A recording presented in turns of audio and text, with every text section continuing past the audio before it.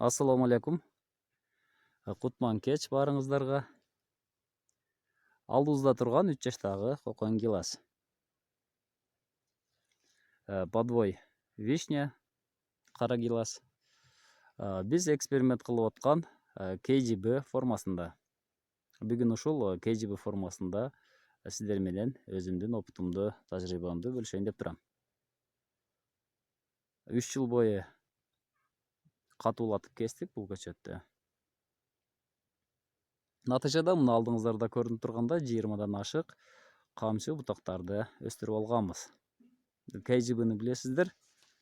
Кингерунбуштун жашыл бутоосу деп дагы которуп жүрүшөт. Астынан туурасынан өсүп чыккан 5-6 бутак турат. Буларды буюрса мөмөгө тартып кеткенден кийин аламын деп пока тек койдум. Канчалык күчтүү бутасаң ошончолук көп чыгарат. Алдыбыздагы турган көчөт. Мына көрсөңүздөр. Өтө көп бутак, камчы бутак чыгарган. KGB формасында 1 гектар жерге мына ушул подвой менен жарым карлик бак жаратууга болот экен. Практика көрсөткөндөй 2,5-га 4 метр аралыкта отургузса болот. Же болсо 3-4 аралыкта дагы отургузса болот экен. Азыр жалбырагы тышып жакшы көрүнүп турат алдыбыздагы көчөт.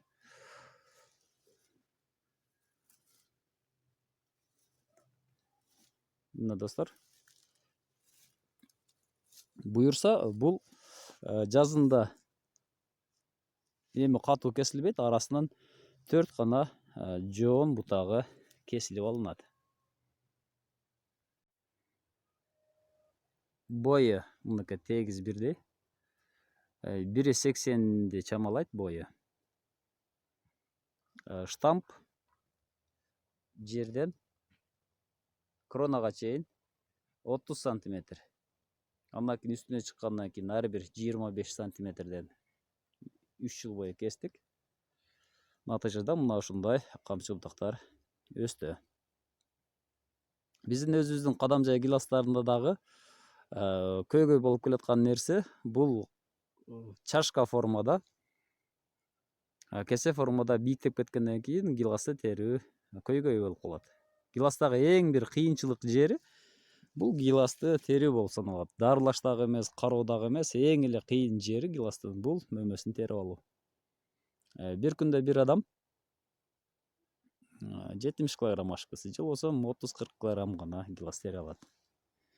Мына ушундай формада болгондо бир адам бир күндө 300 кг чейин гилас тере алат. Ашарчыларды дагы, адам жалдаганда дагы бул өзүн өзү актай турган нерсе. Буюрса быйылкы жылы KGB'нан алгачкы түшүмүн алдык. Жогоруда менин видеолорумду көрсөңүздөр болот. Мөмөсү чоң-чоң болот, сапаттуу болот. Калибр чоң болгондуктан бунун бардыгын чет мамлекетке тегиз экспорттоого болот. Гилас майда болуп калбайт. Быйыл гилас өтө көп алгандыктан жүзүмдөй болуп майда болуп калды. Жүзүм болду быйыл гилас.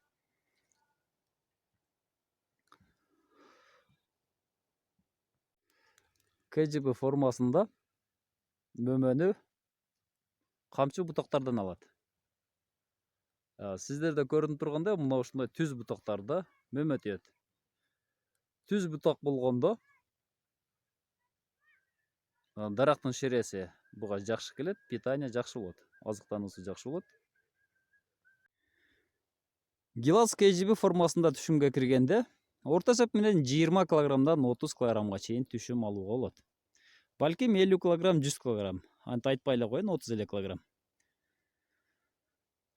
Эгерде 1 гектар жерге 1000 көчөт бата турган болсо, анда 1 гектар жерден 20 же болсо 30 тонна гилас алууга болот. Азыркы биздин классикалык бактардан Гектарынан 5 тонна 7 тоннага чейин гана түшүм алып атабыз. Алардын жарымы сорттолуп отходко өтүп кетет.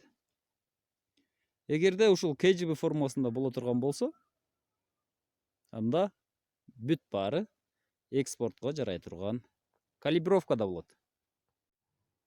КЖБ формасында өстүрүү үчүн гиластын сорту спур сортунда болушу керек.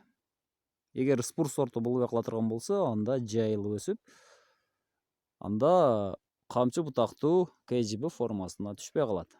Алдыбызда көрүнүп турган жайылып өскөн спур сортундагы эле гилас. Мына ушунун жолун таппай аткам. Көрсө муну техникалык алып салуу менен гана чечсе болот экен, башка жолу жок. Мында негизги көйгөй жоон бутакты экинчи жылда кесип салганда, жоон бутагы көрүнүп турат.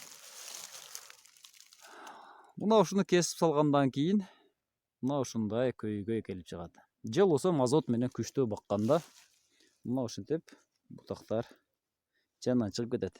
Бул КЖБ формасынан чыгып кетет.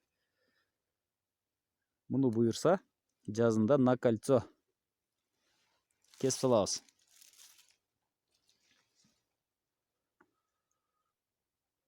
Мына достор 3 жылдык буюрса практика жүзүндө көрүп атабыз.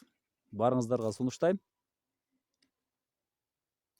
Багыңыздар карлик бак болбосо дагы жергиликтүү көчөттөрдү полы карлик жарым жапыз бактуу полы экстенсивдүү бакка айлантырсаңыздар болот.